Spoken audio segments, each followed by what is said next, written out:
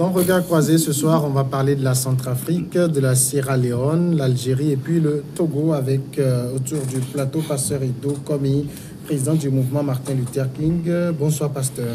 Oui, bonsoir Samuel, bonsoir à tous ceux qui sont sur le plateau. Bonsoir aux téléspectateurs et téléspectatrices. Magloire Teko Kevi, rédacteur en chef de Flambeau des démocrates. Bonsoir Magloire. Bonsoir Samuel, bonsoir chers confrères Dominique, bonsoir Pasteur et bonsoir à nos chers téléspectateurs de la Néo TV. Et Dominique Alizio, chronique de la semaine. Dominique, bonsoir. Bonsoir mon frère Samuel, mon ami Edo. Ton ami. Sans oublier mon jeune frère Magloire. J'avoue que la dernière fois, quelqu'un m'a fait le reproche par rapport quand vous avez dit soi-disant Pasteur. Ça m'a écrit qu'il ne faut plus dire ça. Pourquoi? Il doit m'expliquer parce que dans la Bible, lorsque vous lisez la Bible, la parole de Dieu, le seul et unique pasteur, c'est Jésus-Christ. D'accord, c'est compris. On va commencer avec la Centrafrique. Et lui, c'est. Mon ami Edo sait de quoi je parle. L'armée récemment nommé conseiller ministériel a assuré mercredi être bien centrafricain après les critiques d'une ONG de la société civile selon laquelle plusieurs chefs de milice nommés à des responsabilités politiques étaient étrangers. Mahamat Al-Khatim, leader du mouvement patriotique pour la Centrafrique MPC, nommé fin mars conseiller militaire du Premier ministre, a servi dans l'armée centrafricaine et non au Congo, ni au Gabon, ni au Tchad, ni au Cameroun, a indiqué le MPC dans un communiqué obtenu mercredi par les journalistes. Dominique, c'est ce qui arrive quand même quand on fait une guerre.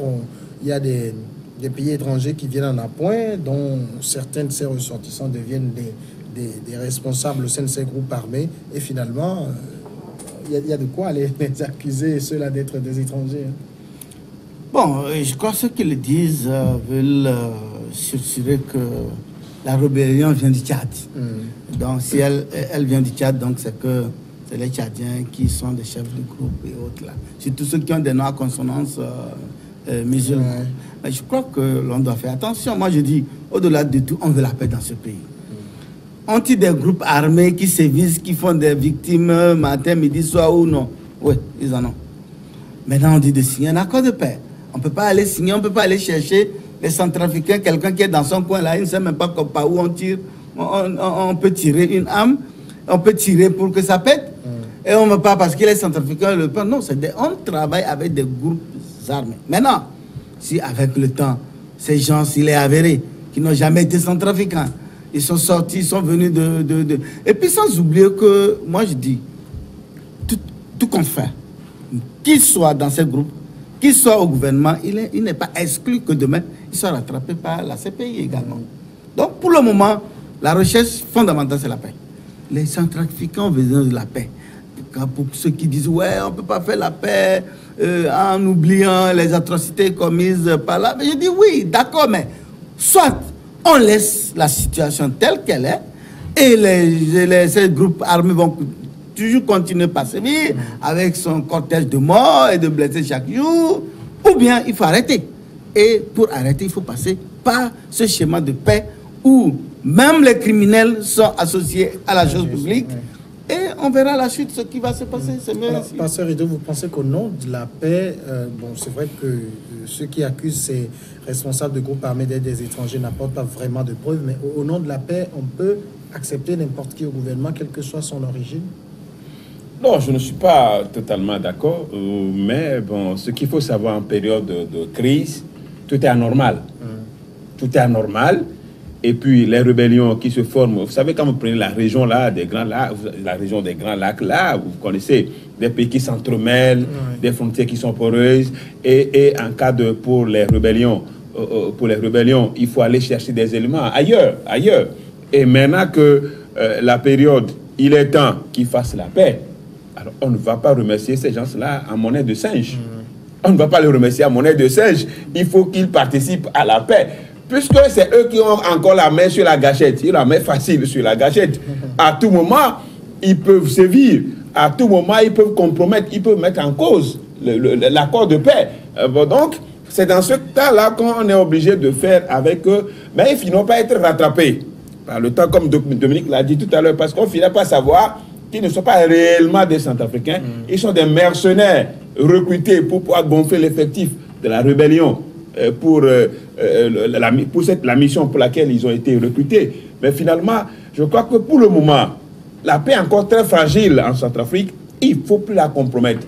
C'est pourquoi, c'est vrai quand même que je salue nos collègues de la société civile quand même, qui ont évoqué le sujet. Peut-être seulement ils ont des éléments. Mais tout ce qu'on peut demander, ce n'est pas le moment de chercher de l'eau, je ne sais pas, de l'eau chaude dans l'eau froide, l'expression, comment on le dit. Mais parce que c'est très facile. Au début, il va falloir faire avec. Et avec le temps, on verra. Parce que le fait de raviver, de mettre du couteau dans la plaie maintenant, ça va totalement fragiliser la situation. Et on n'est pas loin pas loin du bout du tunnel. Il y a 3 chefs de guerre qui sont sous le feu des critiques. Ali Darassa, Mahamat Akatim, les 2 sont accusés d'être d'origine tchadienne. Et puis Bissidi Suleiman, qui lui, il est accusé d'être d'origine camerounaise. Est-ce que la société civile centrafricaine essaie de dire la situation qu'on a connue, ce sont les étrangers qui sont venus nous l'imposer? Ben, il serait un peu difficile de l'avouer comme cela, mais quand vous savez lire entre les lignes, vous saurez immédiatement, le pasteur l'avait pleuré tout à l'heure, que ceux qui soutiennent véritablement cette thèse, c'est de dire à l'opinion qu'en réalité, la rébellion a été nourrie, en tout cas, au-delà des frontières du pays. Et donc, il va falloir que l'opinion sache aujourd'hui, parce que quoi qu'on dise, l'accord a été déjà signé, le gouvernement a été déjà formé, et que les autres ne prendront que acte de tout ce qui... Mais c'est de porter très haut leur voix pour dire en réalité que oui, tout ce que nous en dirons depuis 2013, avec l'évasion du pays par les groupes armés, c'est beaucoup plus du fait de groupes armés qui viennent de l'extérieur. Mais au-delà de ça, ce que moi je voudrais dire ici, c'est que oui, c'est tout à fait normal que quand il y a une situation comme cela qui dure, et que depuis plus de 6 ans ou 7 ans, après le renversement du président Bozizé en 2013, le pays est devenu très sensible au point que l'armée même loyale n'arrive plus, inexistante pratiquement.